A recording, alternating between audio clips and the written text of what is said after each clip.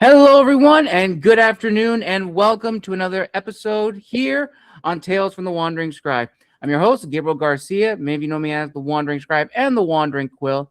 And joining us is an author making their official debut here on the show. Now, our guest today is a two-time published author and autistic self-advocate from Bristol, Connecticut. As a child on the spectrum, he was misunderstood by many of his peers and teachers, but it never stopped him from pursuing his goals. Growing up, reading and writing weren't strong influences or interests, but while obtaining his associate's degree in graphic design, one of his essays was published in the college magazine.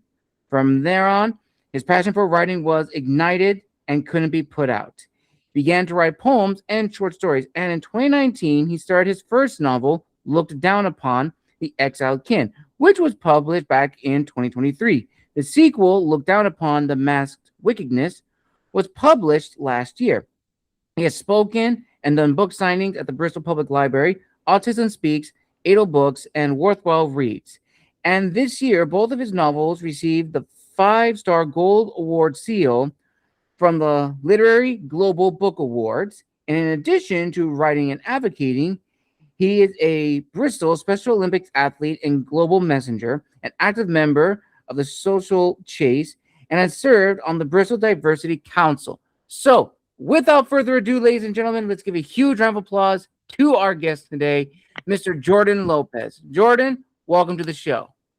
Hi, Gabriel. Thank you for having me here. I'm very excited for this interview, and you did an amazing job with this introduction. I couldn't have done it better myself. Thank you, Jordan. Thank you. So excited to have you here on the show. I've had a chance to look at your socials on Instagram, and I knew exactly you were a perfect fit for this community, which actually begins with our first question. Is there a random fact about you that not a lot of people know? A random fact that not a lot of people know about me. Ooh, that's a good question.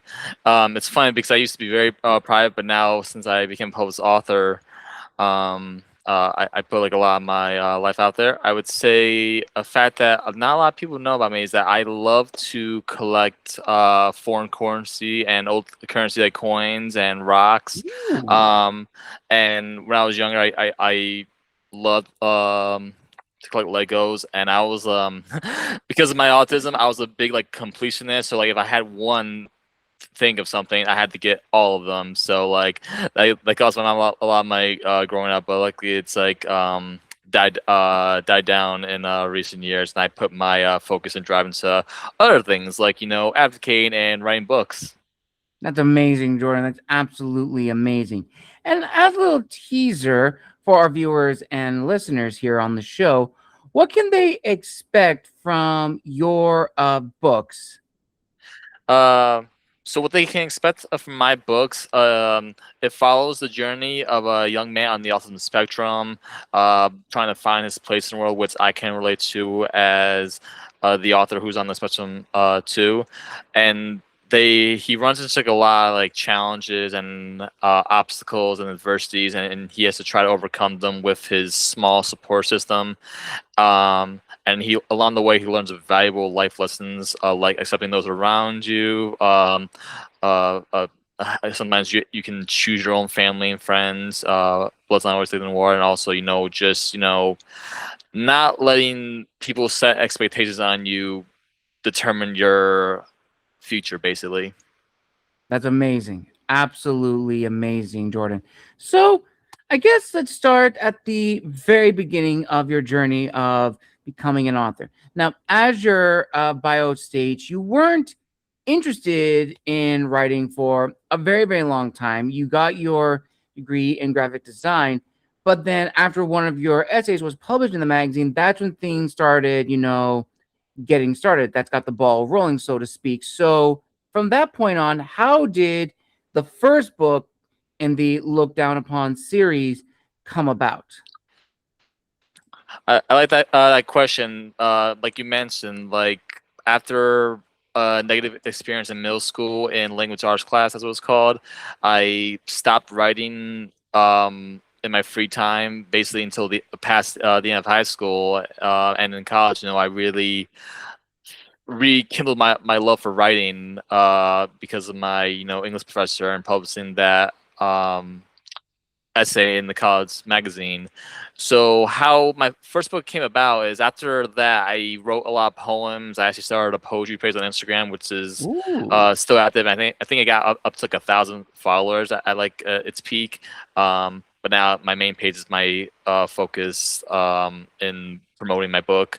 But anyways, I was actually working in my transitional program after high school in a Marshalls, and I think I was putting the alarm things onto the shoes, and so my mind was just drifting off. Sometimes I would daydream, and I just got this idea about an autistic kid, growing up in poverty and having a small support system, being disowned by one of his parents, and it just came to me like that, like a light bulb switched off, and I'm like, wait, I can turn this into a novel. And so as soon as I got onto the computer, I wrote the notes down. I wrote basically the rough draft of the plot, some of the characters and their what they look like, what they would talk like, and it just blossomed from there. I worked on and off it for 4 years.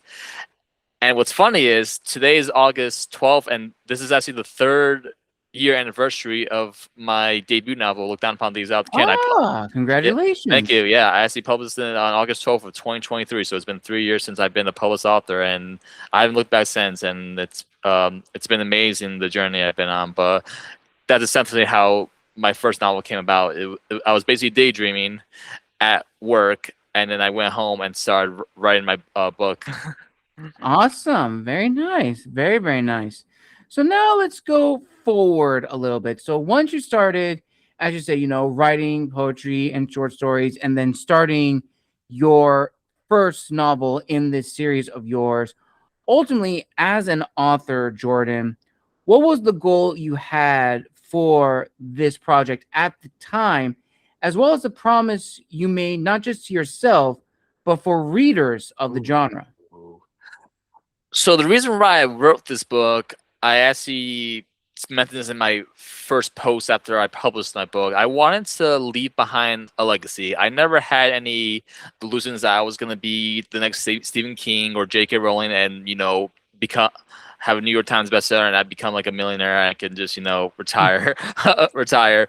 But my main goal was, I like I said, being on the autism spectrum, I was worried that I wouldn't be seen by society. So I wanted to leave behind a piece of me, for lack of a better term, for the world to know. So even long after I'm no longer here on Earth, there's something behind, and that'd be my books. So that's the reason why I wrote them, especially at the beginning. But it definitely grew into something else. I think once I started, having signings and really embrace, my role in the autism and neurodivergent community, I wanted to be a kind of like a representative for my communities. And what promise I make my readers is that they're gonna get, my authentic self on every page in my books, and through my characters, they're gonna understand my experiences because, as the saying goes, authors usually write what they know. And I hope, as they read my book, they'll laugh, love, cry along with me. Excellent. Thank you. Very well said, Jordan. Very well said. And then, of course, with the release of the second book, which came out last year, do you feel that your promise has stayed true going into the second book, or do you feel that it's kind of changed in the sense that maybe it's evolved over the years? I think evolve is a great term, because sometimes I have a hard time categorizing my book, because the first book, I would say, it's probably like a coming of age young adult, but I would say 16 maybe 15, 16-year-olds can read the first book, but then the second book kind of matures into an adult theme, as the main theme is about them going off to college. And so as the main character ages, I age. That's what I always say in my book signings, because I started writing the first book right after high school, and the main character's in high school at the time.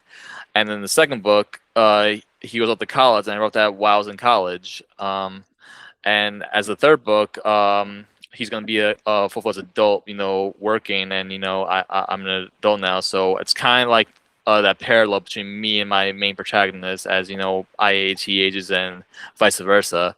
So I think it's kind of evolved in the sense that it's become more mature, and also I think people not just in the autism community enjoy this read, but also parents and even adults that might not even have family have a disability. I think it's just like a good thrilling read for them. Absolutely, absolutely. And we're going to touch more on that when we get towards what I like to call the business side Ooh. of being an author. But now it's a fun little question, Jordan. As you began, writing short stories, poems, and of course, this series of yours, did you find yourself discovering to be more of a pantser or a planner when it came to your writing?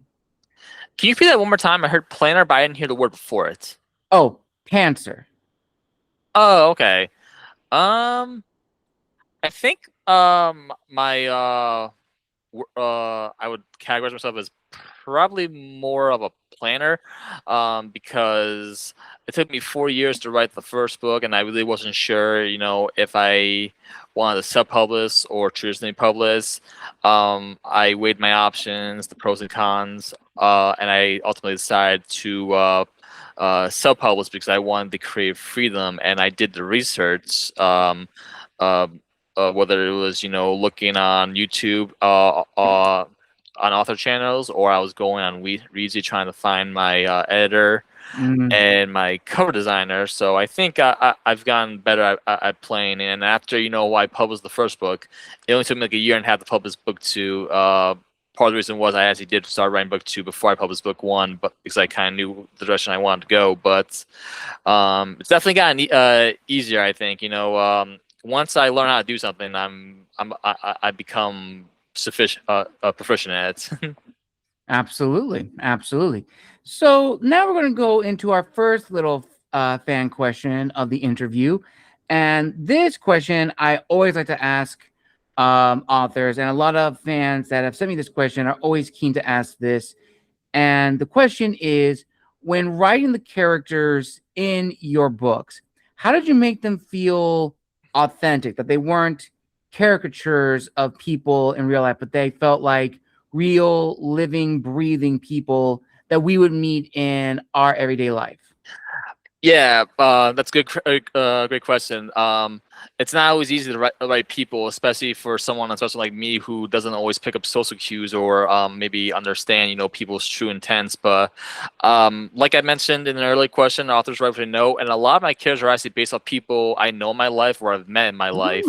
And it's actually funny because I think my editor was concerned one time that I was making one of my characters into a caricature. I'm like, I know a person who's just like this in real life. I promise I'm not, trying to make them a stereotype or anything. And I think it was actually a character that's based off one of my stepbrothers, which is funny enough, so I made him kind of funny.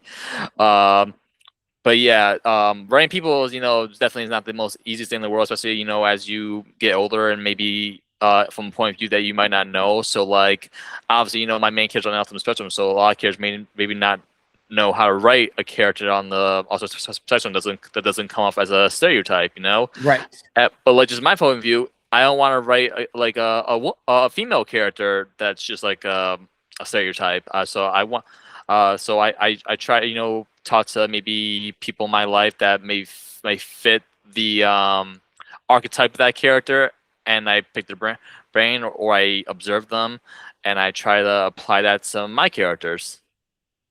Very nice. Very nice, Jordan.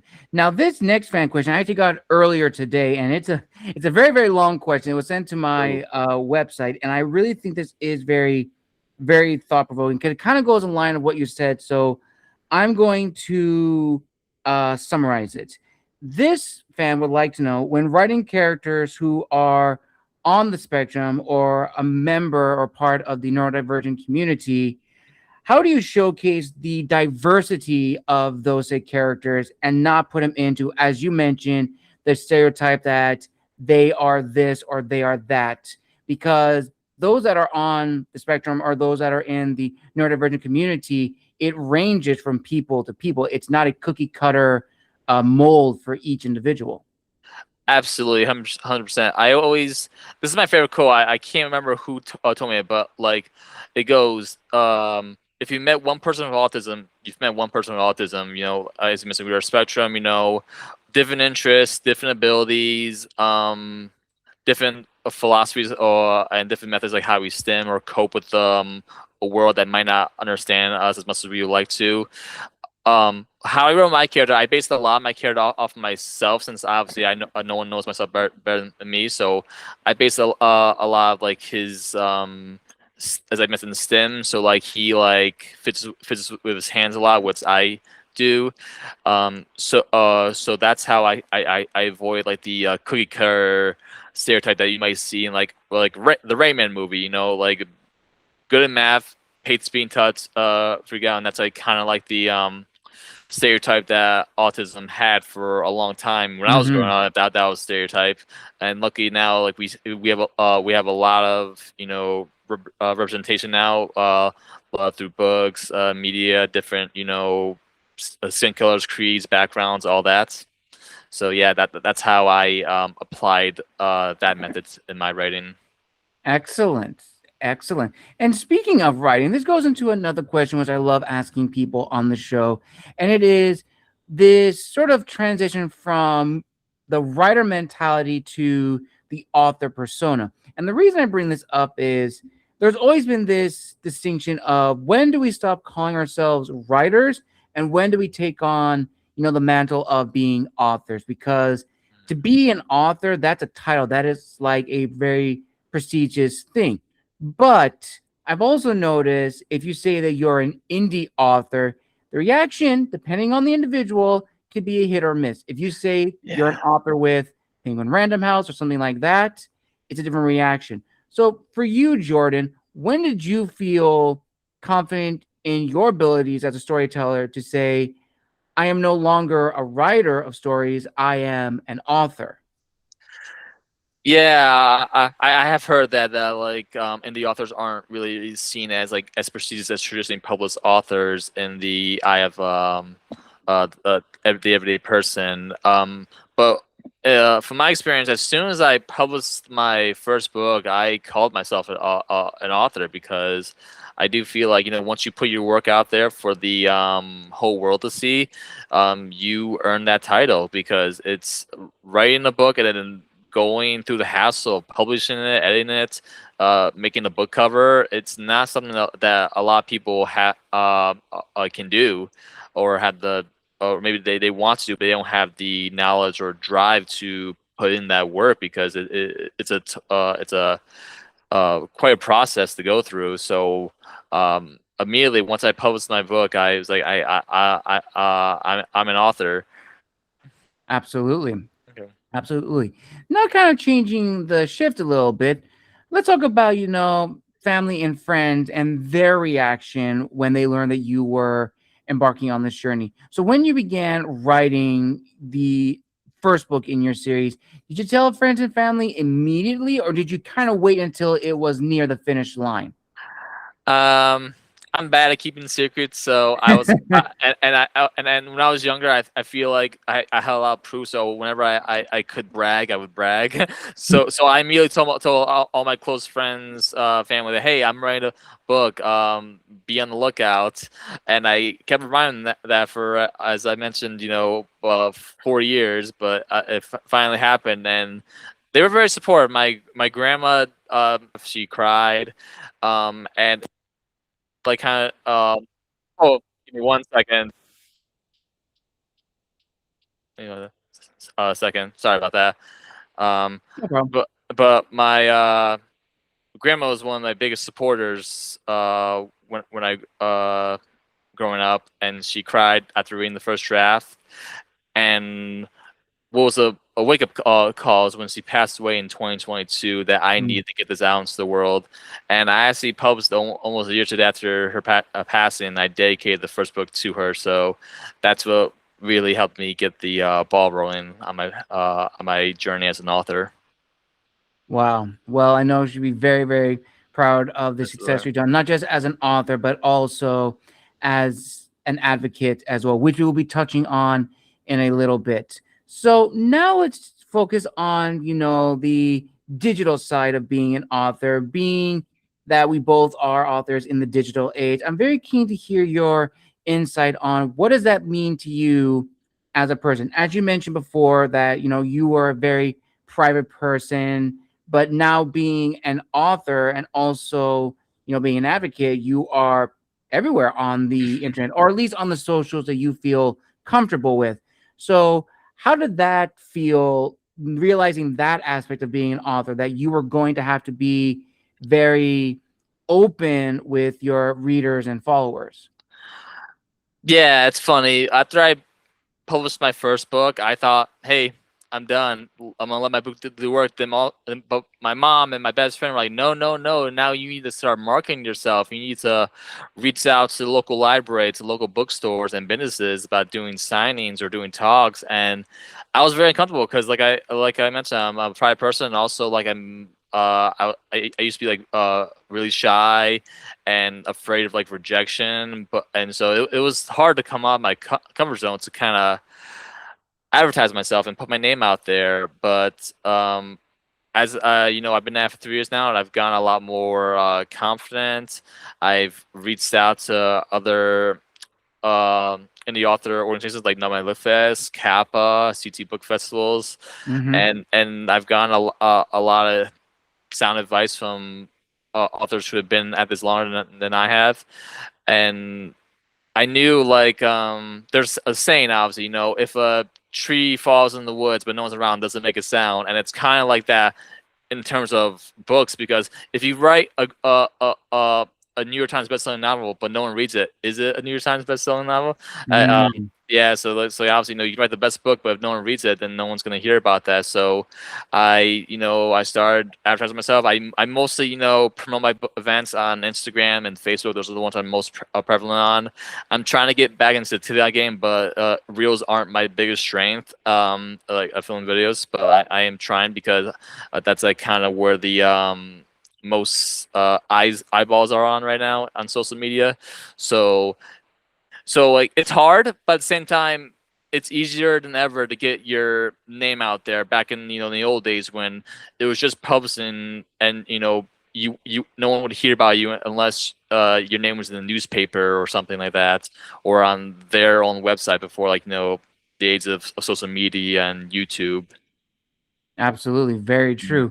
Very, very true, Jordan. So let's talk a little bit more about the social media side, because it is both a blessing, but it's also a curse. It Yeah. allows all of us to reach out to our readership, see any new events that are coming up, and everything like that. But it does leave us exposed to the darker side. It heightens our imposter syndrome and our writer's block, and we can unfortunately get caught down in the rabbit hole. So, as you were building your social media presence and your profile, how did you stay disciplined to yourself as an individual to not get lost in the monotonous that is social media? And I'm very keen to hear your insight on that. Yeah. I feel like there was definitely times where I did get caught in the monotonous of social media. Like, it's very easy to just scroll, and all of a sudden you're like, wow, 2 hours have passed and I'm exhausted and I didn't get anything done. But I'm pretty disciplined, and I'm determined to always get something done when want to put my mind to something. So like making a website, whenever like I would like want to make like a video or look on a website, sometimes I would get distracted, but then I would come back to it, or by taking a break or something like that. Mm-hmm. But oh man, yeah. Bugs me the most about social media is I get so many like DMs and even emails from these book marketers, Oh, or yes. promoters, and like they're like, oh, if you give us like $50, we'll review your book and we'll share it to our book club. And I'm like, Nope. no, no, no. And a couple almost got me, and like it kind of like makes you paranoid, because when I get to like general emails like from Jack Matthews and Liftfest, I was cautious about that, but like it was the real deal. I searched up and I found their website, their Facebook, their platform, and I'm like, okay, good. So like if I can find something and like there's not like a charge, and I'm like, okay, maybe I'll hear them out. But if someone really wants like, oh, I want money to do this weird book, I'm like, no. If you really want my book, you'll buy it and then review of your own card. I'm not going to pay you to review my book because then that looks sketchy, and also Absolutely. I'm out Yes. of money then. That is very true. I think that's the one thing that all authors definitely, dread is the occasional spam bots, either in our DMs or emails. I'll share a funny story. I got an email from the Stephen King about reviewing one of my books, reading it. I was like, I highly doubt that, but it's gotten to the point where you have to go through a fine-tooth comb to see if that person is legitimate.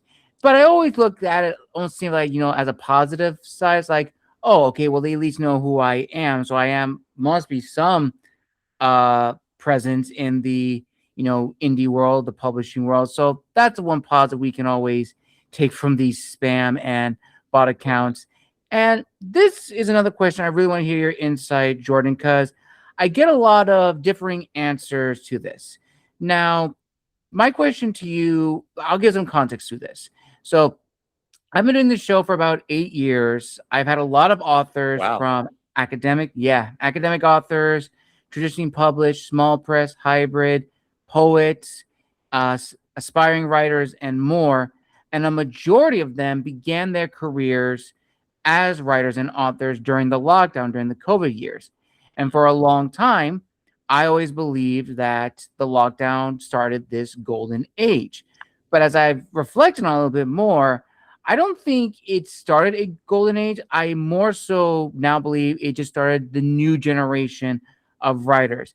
And I would like to hear your insight on this. Do you believe that COVID sort of started a new wave of authors and indie writers?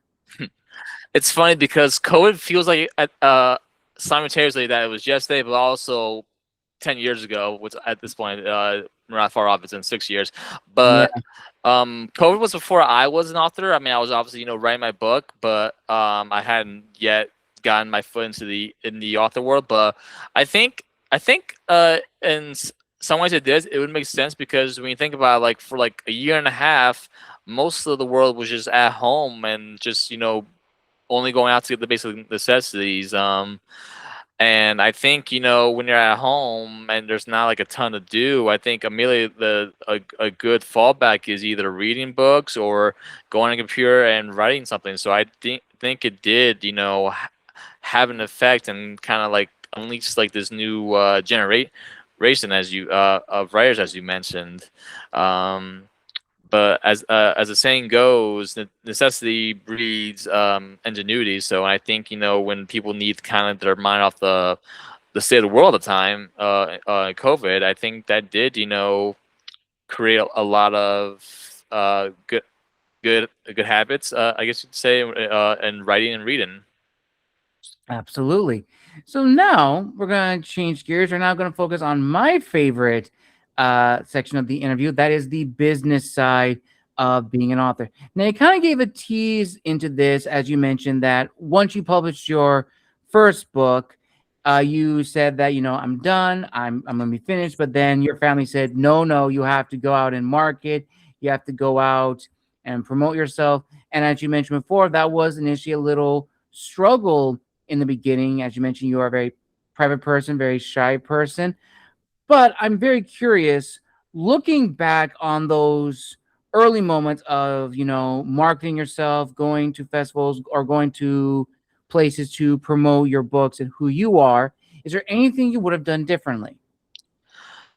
I don't think I would have done anything differently, just because I think you learn more from either your shortcomings or failures than you do from your successes. And with each event I did and each kind of promotional thing I did, I learned more and more. The first thing I did was reach out to my local library, in Bristol, and I had a talk there. And I think about maybe like 15 people came, and I think I knew maybe like 10 of them. And so like that kind of just speaking in front of a room like that was a little nerve-wracking. But as I got more comfortable and I found these organizations and I reached out to other businesses, like my friend actually runs a bookstore in town, and so he gave me a little area to sell my first books in, and that was nice. And so um and like I said, like each event, I try to see what other authors are doing, like what are saying their booth. Like, oh, they have a banner, I'm the order design and order banner. Oh, they have decorations, I'm like get decorations. Oh, they have knickknacks like pens and keychains. I'm gonna add that to my booth because maybe if someone doesn't want to buy a book, maybe they want to get a little something, you know. But yeah, I think my journey's been for the most part very positive, and there's really not much I would change about. Maybe selling more books to get more money, but obviously I think everyone wants that. But like overall, I think I'm doing pretty well for myself, and I'm looking forward to what my journey has ahead of me. Excellent. Now, this is another question, another fan question I actually got from a previous episode I did. Ooh. And this fan would like to know, when you're at booths or fairs, what is your pitch to prospective readers interested in your books? Yeah. So obviously I mentioned before, you know, I'm shy. I'm not talking. It's like not my best strong suit. So I'm not the best salesperson, I would say. Like sometimes I have a hard time describing my own books, which I know sounds crazy. Like you wrote the book, I should know how to, you know, pitch it. But sometimes I find myself stumbling over my words and like I don't know what I want to say. Like I said, say too much. I don't want to spoil it or anything. But like what I usually say is like, you know, it's you know, age range of 16 and up. It follows, you know, the journey of a young person out to the spectrum. It's like action adventure, thriller, realistic fiction. People and some people are like, oh, okay, that's interesting, but maybe it's not for them. But other people are like, oh, this is awesome. My like family members on that spectrum, and I think he would really enjoy this. Like what age group it is, and I tell him, you know, what age group it is, and I tell him that. And I've had some people say, oh, your book gives me hope for my child, and those are some of the most heart touching, warming words I've heard. You know, like there was one day recently I was in Rhode Island, my first book event outside of my home state, and I didn't do quite as well as I was hoping. I think I sold 6 books, something like that. I was hoping for at least 10, but one interaction stood out to me. It was this nice young lady who saw like my autism themed booth and immediately came right to me and she's like, oh, my sister's on the spectrum, like what's your book about? I'm like, oh yeah, my main character's on the autism spectrum and so am I, and I want this amount for me. And she loved it. She got the book and she actually came back later with her sister because just her sister, who's also on the spectrum, wanted to meet me, and that was just you can't buy those moments. So those moments are priceless. And yeah. Absolutely, Jordan. Absolutely. Now we're going to do a little tangent a little bit, because I also want to talk about not only are you an author, but you're also part of a committee as well. You're also a Special Olympians athlete, and you are, of course, an advocate as well. So I'm very, very curious of how you got started in these different organizations, and how have you been able to balance both, but also combine them together to not only tell your stories, but to also bring awareness and, you know, as you say, to your core, be an advocate? That's a great question, and I'll try to condense as much as I can. So I joined Unified Sports in middle school in 2012, which is kind of the school version of Special Olympics. And then after I did that, I immediately joined Special Olympics the same year in 2012. So I've been a Special Olympian in my state for 14 years now, almost 15. And it's been a life-changing experience because before I joined Special Olympics, I had very low self-esteem. I always knew I was different, but I was always scared to tell my mom about this, but she didn't tell me until I finally asked. And also in middle school, I got separated from my friends because I went to a different middle school than what my friends went to. It's a long story, but like yeah, like and I always felt like I listened to the voice in my head. I'm like, oh yeah, you're less. You're not as good as everyone else. You're different. You're never gonna amount to anything, and that really, affected my perspective on life and everything. But when I found, Special Olympics, and Mm. I saw other people that were similar to me, but also, different. And I made some friends, and eventually, some athletes and coaches started looking to me for like leadership, and that's when I kind of started embracing my disability and my own personhood, and advocating for others that maybe don't have as big of a platform as I do, or maybe or as good with words as I am, or self-aware. But like, that's why I want to do it. And I was actually on my town's diversity council for a few months. Unfortunately, I got too busy, and to the point I couldn't dedicate enough time and focus to it without and I left. But I still want am an advocate through Special Olympics, and I'm also a gold medalist now, which was a very big honor in my opinion. And I'm looking forward to doing more with them. I've only been with them for less than a year now, but more things are coming my way, I think. But yeah, being an advocate, it's a big responsibility, and I wasn't sure if I could take on that responsibility, but people believed in me, and therefore I started believing in myself, and so I have to keep doing this. Being an advocate for my community, because our communities, as the title of my book is often looked down upon or misunderstood, and so I think I have to do right by them. Absolutely. Thank Absolutely, you. Jordan. You're welcome. Thank you. And I was also talk about the fact that not only are you an author, you're also an award-winning author as well, having earned those prestigious merits to your name.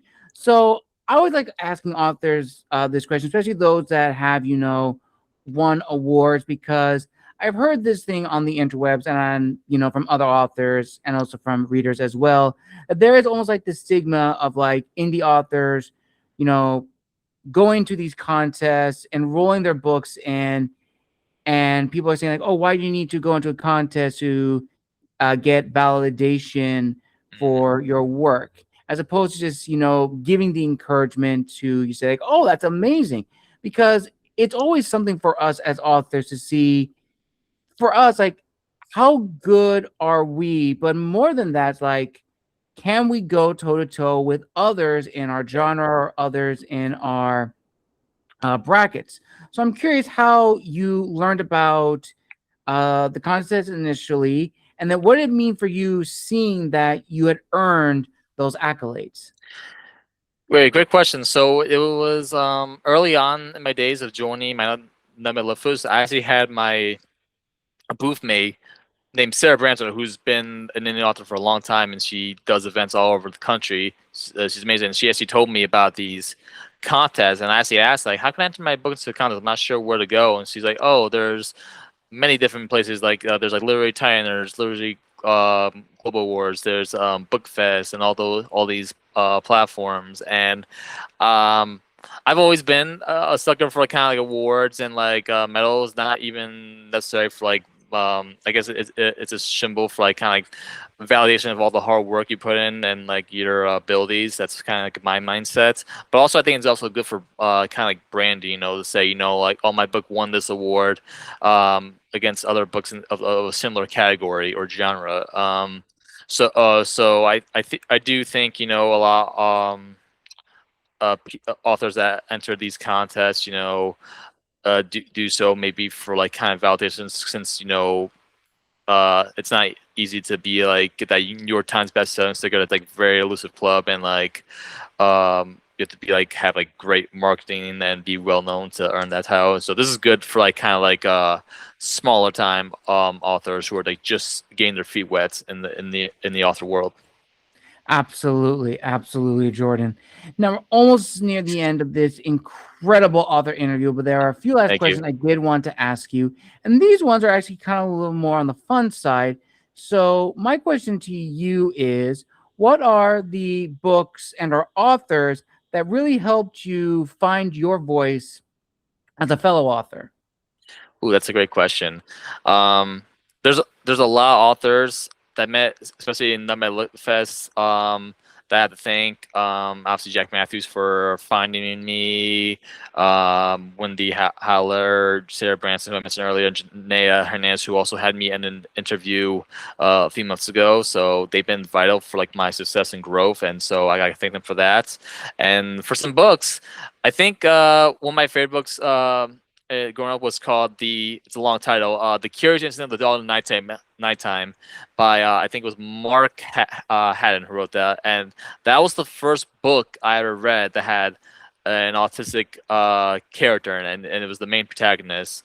It was set in England, it wasn't set in Americas, but I actually came out as autistic to my class before we read that, or after we read the book, and so that was I think a vital part, and I used some inspiration of that. Also, I a little joke I make sometimes for like to compare to another book. I always joke my book's kind of like Harry Potter but set in the real world without the magic. Which Okay. some people might interpret as like boring, obviously, but I think it can be entertaining in its own way, and then obviously since it's more grounded, I think it's more relatable than like having the magical or fancy elements to it. Absolutely. Well said. Well said, Jordan. Now, here is another little fun little question. This is probably one of my favorite fan questions to ask authors.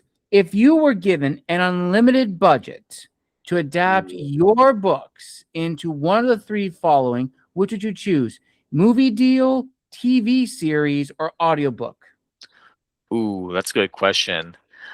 I think I'm gonna go with movie because I've always been a movie guy.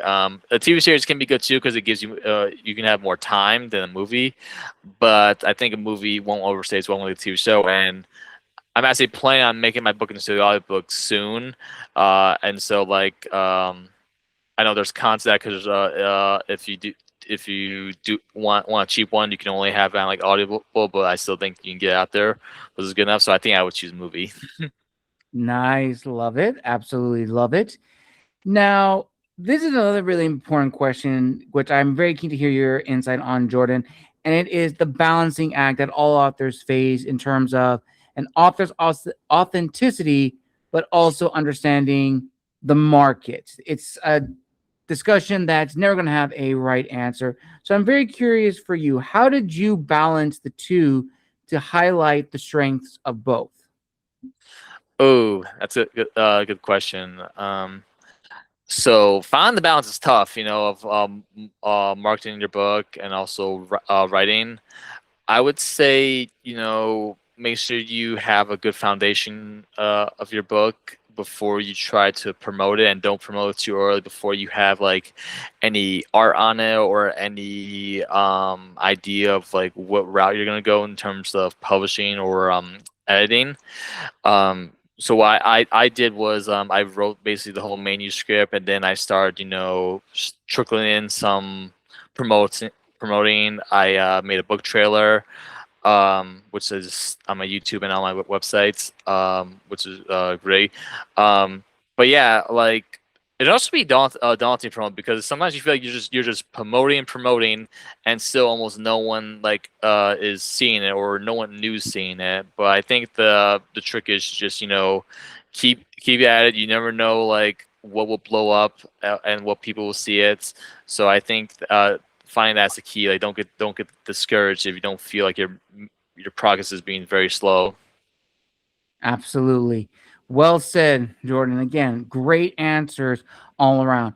And I think to summarize and end this incredible author interview, what is your word of wisdom to other aspiring authors wanting to get their foot in the door, and also for those in the neurodivergent community and fellow autistic creatives? What would be your word to them? So my word of wisdom to other authors or aspiring writers would be, writing is a marathon, not a sprint, and it's not a one-size-fits-all journey. You have to find what works best for what you want to do. So if that's submitting to a children's public house, go for it. If you want to be like me and like self-publish it, go for that too. And just make sure you do your due diligence and research. But there's countless YouTube videos. There's all these sites. There's editors and marketers on Reedsy. You can find cover design. I found my covers on Middle Art, but there's also other places that hire cover designers. And like I mentioned early on in this interview, and then just publishing, it's not the NL be all or the finish line.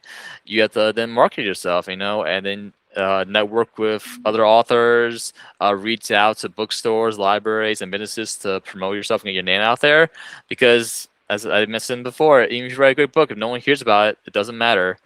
And of course, to the neurodivergent community or autism community, you matter, and you deserve to be seen. And I'm trying to do my part to make sure we are all seen.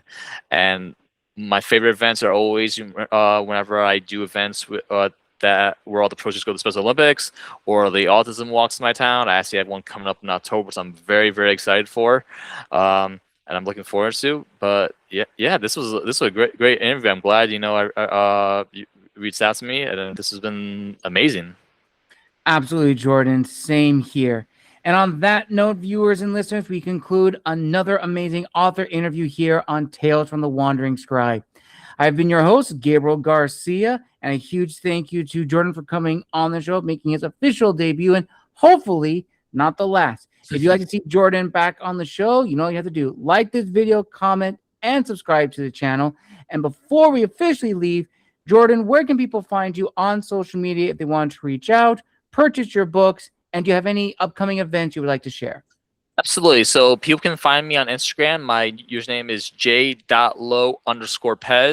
or on Facebook, where my username is Jordan A. Lopez 99. And I also have a website, which is www.jordanalopez.com, and that has blogs, and also has my books, where links to purchase my book on Amazon, Barnes & Noble, and Ingram Sparks, my publisher. And I do have a few events coming up. I actually will have my first book signing at Barnes & Noble on August 22nd in Canton, which I'm very excited for. I always want to have a signing at Barnes & Noble, and my dream's finally coming through. And so, like I mentioned, you never give up, because you will be rewarded if you keep pushing through eventually. Awesome. I will link all those down below in the description of this video, ladies and gentlemen. Again, thank you so much for joining us for another amazing episode. A huge thank you to Jordan for coming on the show, wishing him the very best from one author to another. And until next time, this has been the Wandering Scribe and the Wandering Quill signing out. Wishing you all a wonderful afternoon wherever you are in the world. Happy Wednesday, everyone, and we'll see you all in the next episode.